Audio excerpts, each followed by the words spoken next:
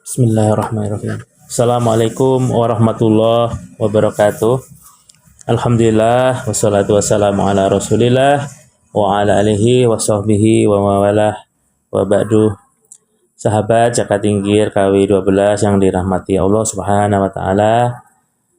Kesempatan kali ini saya ingin mengangkat tema tentang yayasan ya.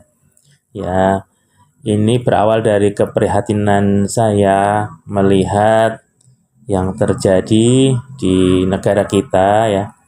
Rata-rata orang kita ini ternyata yang saya temuin banyak mendirikan yayasan atau jadi pengurus yayasan, jadi organ yayasan, tetapi belum pernah baca undang-undang yayasan atau baru baca sekali gitu ya. Kalau saya baca undang-undang yayasan itu udah berapa kali ya, mungkin ya udah berulang-ulang gitu ya. Kemudian bahkan orang yang mendirikan PT pun itu nggak pernah baca undang-undang PT atau belum baca undang-undang PT. Nah, di sini saya ingin mengingatkan ya, di awal itu bedanya yayasan sama PT.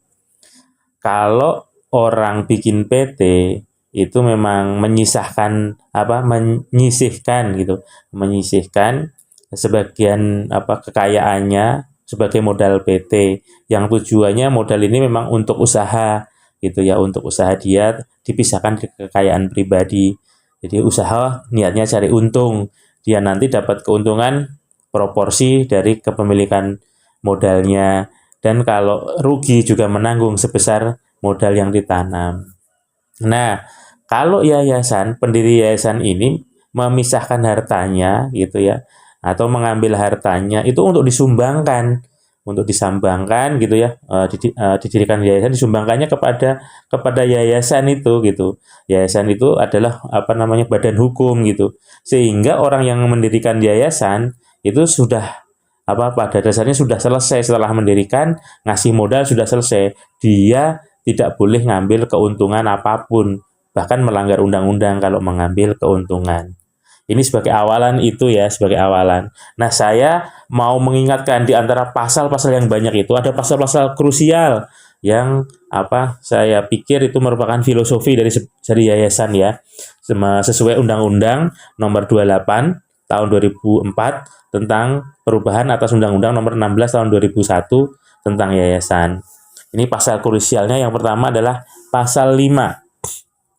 Pasal 5 ayat 1 bunyinya, kekayaan yayasan baik berupa uang, barang, maupun kekayaan lain yang diperoleh yayasan berdasarkan undang-undang ini dilarang dialihkan atau dibagikan secara langsung atau tidak langsung, baik dalam bentuk gaji, upah, maupun honorarium atau bentuk lain yang dapat dinilai dengan uang kepada pembina, pengurus, pengawas.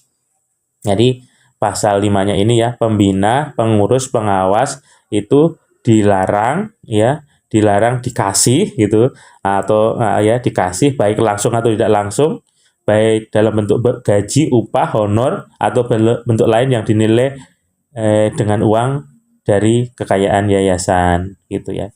Nah, tapi di ayat 2-nya, pasal 5 itu ada pengecualian. Pengecualiannya adalah pengecualian atas ketentuan sebagaimana dimaksud pada ayat 1 dapat ditentukan dalam anggaran dasar yayasan bahwa pengurus, nah pengurus ini adalah ketua, sekretaris, dan bendahara ya, itu menerima gaji, upah, honor, itu boleh. Tapi ada syarat ya, jadi pengurus yang ketua, sekretaris, bendahara ini boleh menerima gaji, upah, honor, itu dalam hal pengurus yayasan yang pertama, bukan pendiri yayasan. Nah, sekali lagi, bukan pendiri yayasan dan tidak terafiliasi dengan pendiri, pembina, dan pengawas gitu ya. Jadi pengurus yayasan boleh menerima gaji dan upah itu honor itu dalam hal pengurus itu bukan pendiri yayasan dan tidak terafiliasi dengan pendiri, pembina, dan pengawas. Nah, kita lihat penjelasannya ya. Kita lihat penjelasannya di pasal 5 ayat 2 gitu ya, huruf A. Terafiliasi ini apa? Yaitu hubungan keluarga karena perkawinan atau keturunan sampai derajat ketiga, baik secara horizontal maupun vertikal. Jadi derajat 3 horizontal itu berarti dia adalah anak dan cucu. Horizontal, maaf, horizontal itu adik misalkan ya, adik atau saudara kandung dan keponakan. Mohon maaf, horizontal ya. Kalau vertikal anak dan cucu. Jadi tadi ya, si pengurus itu, ketua, sekretaris, dan bendahara itu bisa diberikan honor, gaji, upah kalau dia bukan pendiri yayasan atau tidak terafiliasi, atau dalam kata lain, dia bukan anak, dia bukan cucu, dia bukan saudara kandung, dia bukan keponakan dari pendiri, pembina, dan pengawas. Di syaratnya satu itu ya, pengurus yaitu ketua, sekretaris, dan bendahara yayasan itu dapat menerima gaji, upah, dan honor jika itu si ketua, sekretaris, atau bendahara itu bukan pendiri yayasan dan bukan anak, bukan cucu, bukan saudara kandung, bukan keponakan dari pendiri, pembina, dan pengawas.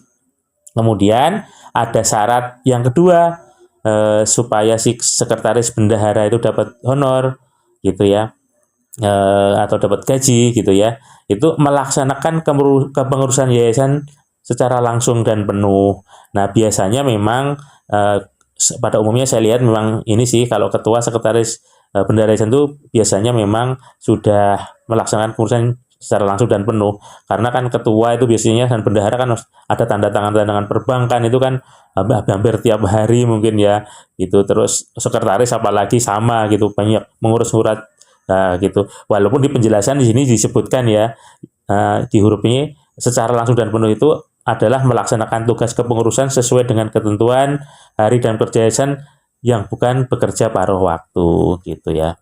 Itu yang pasal 5 ya. Pasal 5 ini pasal krusial. Kemudian pasal 6 ini juga pasal krusial ya. Yayasan wajib membayar segala biaya atau ongkos yang dikeluarkan oleh organ yayasan dalam rangka menjalankan tugas yayasan. Jadi, saya ulangi ya, yayasan wajib membayar segala biaya atau ongkos yang dikeluarkan oleh organ yayasan dalam rangka menjalankan tugas yayasan. Organ yayasan itu adalah pembina, pengawas, dan pengurus. Jadi meskipun misalkan pembina, pengawas ya, itu nggak digaji, kalau ketua sekretaris bendahara kan digaji ya. Mereka kan melaksanakan tugas, ada rapat, ada apa, itu wajib dibiayai oleh yayasan ya. Dalam misalkan melakukan pengawasan kan, audit-audit, yang si pengawas pembina melakukan rapat-rapat, itu yang melakukan koordinasi atau ya seperti itulah ya, seperti itu. Untuk itu tuh harus dibayar, kegiatannya itu dibayar oleh yayasan, tapi bukan gaji ya, ongkos atau biaya yang dikeluarkan oleh organ yayasan dalam rangka melaksanakan tugas yayasan. Kemudian pasal krusial berikutnya adalah pasal 9. Yayasan didirikan oleh satu orang atau lebih dengan memisahkan sebagian harta kekayaan pendirinya sebagai kekayaan awal. Sekarang pasal 28. Langsung loncat, ini memang pasal-pasal yang saya anggap krusial yang saya sampaikan. Biar gampang diingat, kalau semuanya nanti baca sendiri ya. Pasal 28 ayat 1. Pembina adalah organ yayasan yang mempunyai kewenangan yang tidak diserahkan kepada pengurus atau pengawas oleh undang-undang ini atau oleh anggaran dasar. Kemudian ayat 2, kewenangan sebagaimana dimaksud dalam ayat 1 gitu ya, meliputi keputusan mengenai perubahan anggaran dasar, pengangkatan dan pemberhentian anggota pengurus dan anggota pengawas, penetapan kebijakan umum yayasan berdasarkan anggaran dasar yayasan, pengesahan program kerja, dan rancangan anggaran tahunan yayasan, dan penetapan keputusan mengenai penggabungan atau pembubaran yayasan. Ayat 3-nya, yang dapat diangkat menjadi pembina sebagaimana dimaksud dalam ayat 1 adalah orang perseorangan sebagai pendiri yayasan dan atau mereka yang berdasarkan keputusan rapat anggota pembina dinilai mempunyai dedikasi yang tinggi untuk mencapai maksud dan tujuan yayasan. Jadi yang bisa menjadi anggota pembina itu pendiri bisa ya, atau mereka yang berdasarkan keputusan rapat anggota pembina dinilai mempunyai dedikasi yang tinggi. Kemudian ayat 4-nya, dalam hal yayasan, karena sebab apapun tidak lagi mempunyai pembina, paling lambat dalam waktu 30 hari terhitung sejak tanggal kekosongan, anggota pengurus dan anggota pengawas wajib mengadakan rapat gabungan untuk mengangkat pembina dengan memperhatikan ketentuan sebagaimana dimaksud dalam ayat 3. Yaitu tadi di ayat 3 tadi kan perlu orang yang mempunyai dedikasi yang tinggi ya, seperti itu. Kemudian ayat 5, keputusan rapat sebagaimana dimaksud dalam ayat 3 dan 4 sah apabila dilakukan sesuai dengan ketentuan mengenai quorum kehadiran dan quorum keputusan untuk perubahan anggaran dasar sesuai dengan ketentuan dalam undang-undang. Jadi demikian sahabat zakat tingkir ya, yang ini pasal-pasal krusial yang harus kita ingat. Nah, hati-hati tuh yayasan, jangan sampai gitu ya,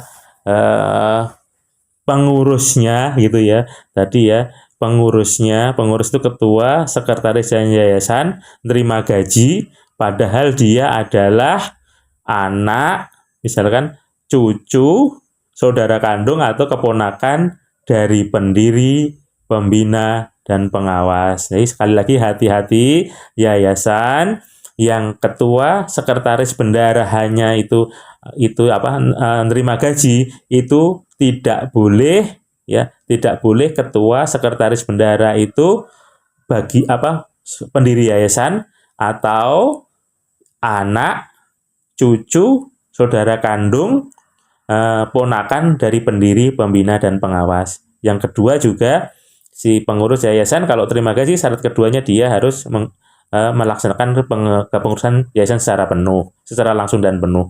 Biasanya sih kalau yang kedua ini terpenuhi lah ya, karena memang ketua dan bendahara yayasan, seperti yayasan kan banyak ya, sekali lagi banyak tanda tangan, banyak rekening-rekening yang dia harus keluar masuk dia tanda tanganin atau dia approval kayak gitu. Itu saja, semoga bermanfaat, semoga kita bisa selamat semua dari kesalahan-kesalahan, selamat karena kita sudah mempersiapkan diri ya, mau membaca, mau belajar.